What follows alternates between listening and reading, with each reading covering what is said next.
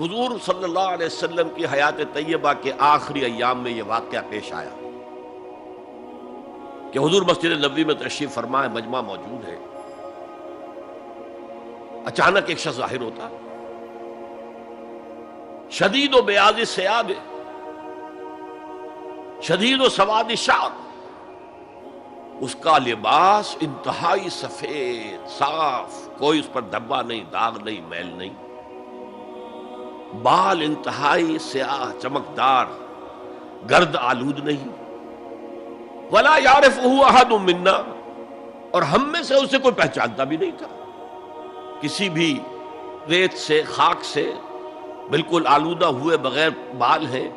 تو شاید یہ مدینے کا رہنے والا ہو، تو مدینے والوں میں سے کوئی تو ہوتا کہ جو اس کو جانتا پہچانتا،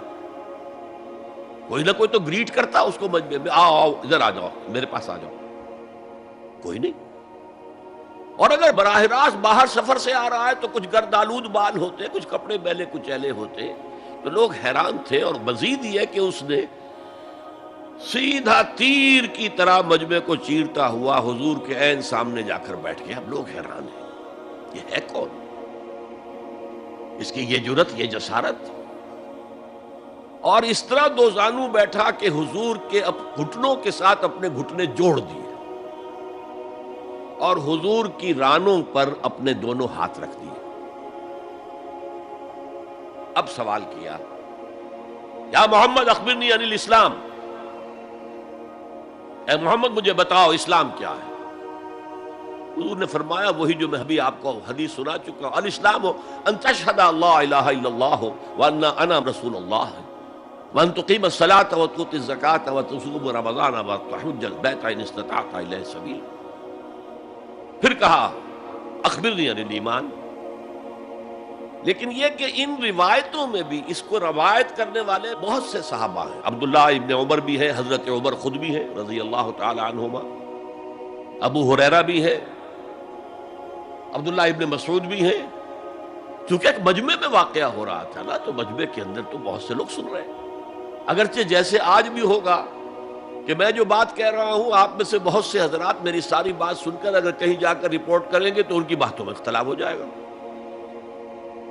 لہذا اس حدیث کی روایت میں اختلاف ہے۔ بعض روایتوں میں یہ ہے کہ پہلے پوچھا اخبرنی عن الایمان، پھر پوچھا اخبرنی عن الاسلام، اور یہ جو حضرت عمر کی روایت ہے اس میں ہے سب سے پہلے آپ نے پوچھا اخبرنی عن الاسلام، پھر دعا سوال آیا اخبرنی عن الایمان۔ اچھا، اس کے بعد ایک دو سوال اور بھی کیے، اب میں تفصیل میں نہیں جا سکتا۔ پھر وہ شخص چلا گیا، حضور نے کہا ذرا اس کو بلانا واپس، دیکھا تو کہیں بھی نہیں، زمین کھا گئی، آسمان چکر لے گیا، اللہ جانے۔ تب حضور نے فرمایا اوہ یہ جبرائیل تھے جو تمہیں تمہارا دین سکھانے آئے تھے، یعلمکم دینکم اذ لم تسألوہ، جبکہ تم نے اس کے بارے میں سوال نہیں کیا، اور یہ پہلی بار ہے کہ میں جبرائیل کو پہچان نہیں سکا، انسانی شکل میں وہ آئے اور میں پہچان نہیں پایا، ورنہ اکثر حضرت دہیہ کلبی کی شکل میں آتے تھے انسانی صورت میں، جب بھی حضرت جبرائیل آتے تھے۔ حضرت دہیہ کلبی جو ہے وہ بہت ہی حسین جوان رانا، ان کی شکل میں آتے تھے۔ بہرحال یہ اتنا اہم مسئلہ ہے کہ اس کو کلیئر کرنے کے لیے کہ دودھ کا دودھ پانی کا پانی علیحدہ ہو جائے، ایمان کیا ہے، اسلام کیا ہے، دنیا کا نظام اسلام پر ہے، ایمان پر نہیں ہے، آخرت کا معاملہ ایمان پر ہے، اسلام پر نہیں ہے۔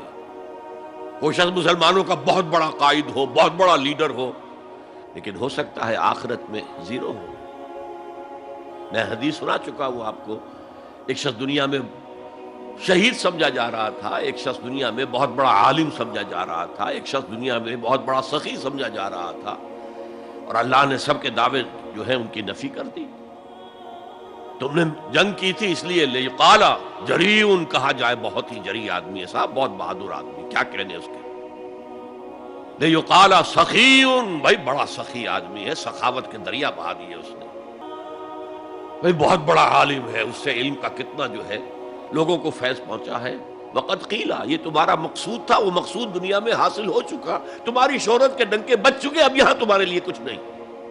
اور پھر اللہ حکم دے گا اور فرشتے منہ کے بل گھسیٹتے ہوئے اسے جہنم میں جھونک دیں گے۔ تو وہ اسلام وہاں کام نہیں آئے گا، بلکہ اسلام کیا، اسلام پر اتنی اضافی خوبیاں بھی کام نہیں آئیں گی اگر دل میں ایمان نہیں اور اس کے نتیجے میں نیت درست نہیں۔